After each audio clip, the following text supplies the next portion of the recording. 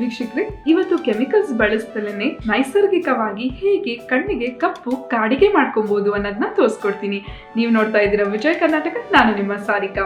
ಬನ್ನಿ ವೀಕ್ಷಕರೇ, ಈ ಕಾಡಿಗೆನ ಹೇಗ್ ಮಾಡೋದು ಅಂತ ನೋಡೋಣ. ವೀಕ್ಷಕರೇ, ಕಪ್ಪು ಬಣ್ಣದ ಕಾಡಿಗೆ ಮಾಡ್ಕೊಳ್ಳೋದಕ್ಕೆ ನಾ ಎಲ್ಲ ಇಂಗ್ರೀಡಿಯೆಂಟು ಇಟ್ಕೊಂಡಿದ್ದೀನಿ. ಬನ್ನಿ ಒಂದೊಂದಾಗಿ ಏನೇನು ಅಂತ ನೋಡೋಣ.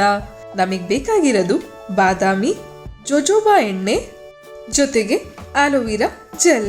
ಶುರು ಮಾಡ್ಕೊಳ್ಳೋಣ ನಮ್ಮ ಕಾಡಿಗೆನ ಮಾಡ್ಕೊಳ್ಳೋದಕ್ಕೆ. ಮೊದಲು ಬಾದಾಮಿ ಸಿಪ್ಪೆನ ತೆಗಿಯೋಣ. ಆಮೇಲೆ ಇದು ಫುಲ್ ಕಪ್ಪಗೆ ಆಗುವ ಹಾಗೆ ಬಿಸಿ ಮಾಡ್ಕೊಬೇಕು. ಹಾಗಾಗಿ ಇದನ್ನ ಬಾಂಡ್ಲೆಗೆ ಹಾಕಿ ಬಿಸಿ ಮಾಡ್ಕೊಳ್ಳೋಣ.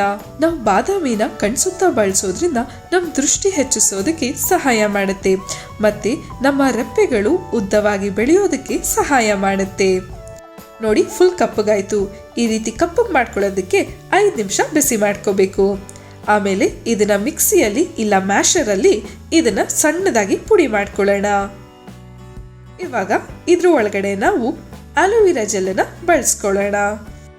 ಆಲೋವೆರಾ ಜೆಲ್ಲು ನಮ್ಮ ಕಣ್ಸುತ್ತ ಬಳಸೋದ್ರಿಂದ ಕಣ್ಸುತ್ತ ಏನಾದ್ರೂ ಚರ್ಮ ಡ್ಯಾಮೇಜ್ ಆಗಿದ್ರೆ ಅದನ್ನ ಗುಣಪಡಿಸುತ್ತೆ.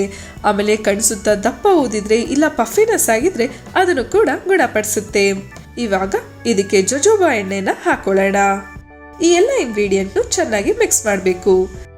ಜೋಜೋಬಾ ಎಣ್ಣೆ ನಮ್ಮ ಕಣ್ಸುತ್ತ ಬಳಸೋದಕ್ಕೆ ತುಂಬಾನೇ ಒಳ್ಳೆಯದು. ಬೇರೆ ಎಲ್ಲ ಎಣ್ಣೆಕ್ಕಿಂತ ಈ ಎಣ್ಣೆ ತುಂಬಾ ಒಳ್ಳೇದಾಗಿರುತ್ತೆ. ಹಾಗಾಗಿ ಜೋಜೋಬಾ ಎಣ್ಣೆನ ಬಳಸ್ತಾ ಇದ್ದೀನಿ.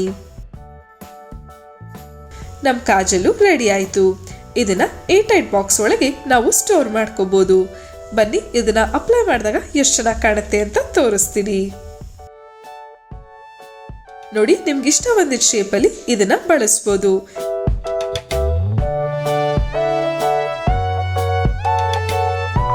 ಎಷ್ಟು ಚೆನ್ನಾಗಿ ಕಾಣಿಸ್ತಿದೆ ಅಲ್ವಾ? ನೀವು ಕೂಡ ಟ್ರೈ ಮಾಡಿ ನೋಡಿ. ಆಂಗ್ಯುಲರ್ ಬ್ರಷ್ ಇಂದ ಈ ಕಾಡಿಗೆನ ಬಳಸೋದ್ರಿಂದ ನಿಮಗೆ ತುಂಬಾ ಸುಲಭವಾಗಿ ಹಾಕೊಳ್ಳೋದಕ್ಕೆ ಸಹಾಯ ಮಾಡುತ್ತೆ. ಎಷ್ಟು ನ್ಯಾಚುರಲ್ ಆಗಿ ಮಾಡ್ಕೊಂಡ್ವಿ ಅಲ್ಲ? ಸೊ ನೀವು ಕೂಡ ಟ್ರೈ ಮಾಡಿ ನೋಡಿ ವೀಕ್ಷಕರೇ.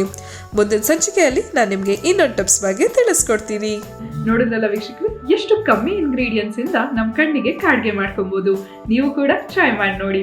ಮುಂದಿನ ಸಂಚಿಕೆಯಲ್ಲಿ ನಾನು ನಿಮ್ಗೆ ಇನ್ನೊಂದು ಟಿಪ್ಸ್ ಬಗ್ಗೆ ತಿಳಿಸ್ಕೊಡ್ತೀನಿ. ಈ ವಿಡಿಯೋ ಇಷ್ಟ ಆದಲ್ಲಿ ಲೈಕ್ ಮಾಡಿ, ಕಮೆಂಟ್ ಮಾಡಿ, ಶೇರ್ ಮಾಡಿ. ಇನ್ನು ವಿಜಯ್ ಕರ್ನಾಟಕ ಚಾನಲ್ನ ಸಬ್ಸ್ಕ್ರೈಬ್ ಮಾಡಿಲ್ಲ ಅಂದ್ರೆ ಸಬ್ಸ್ಕ್ರೈಬ್ ಮಾಡೋದಕ್ಕೆ ಮರಿಬೇಡಿ.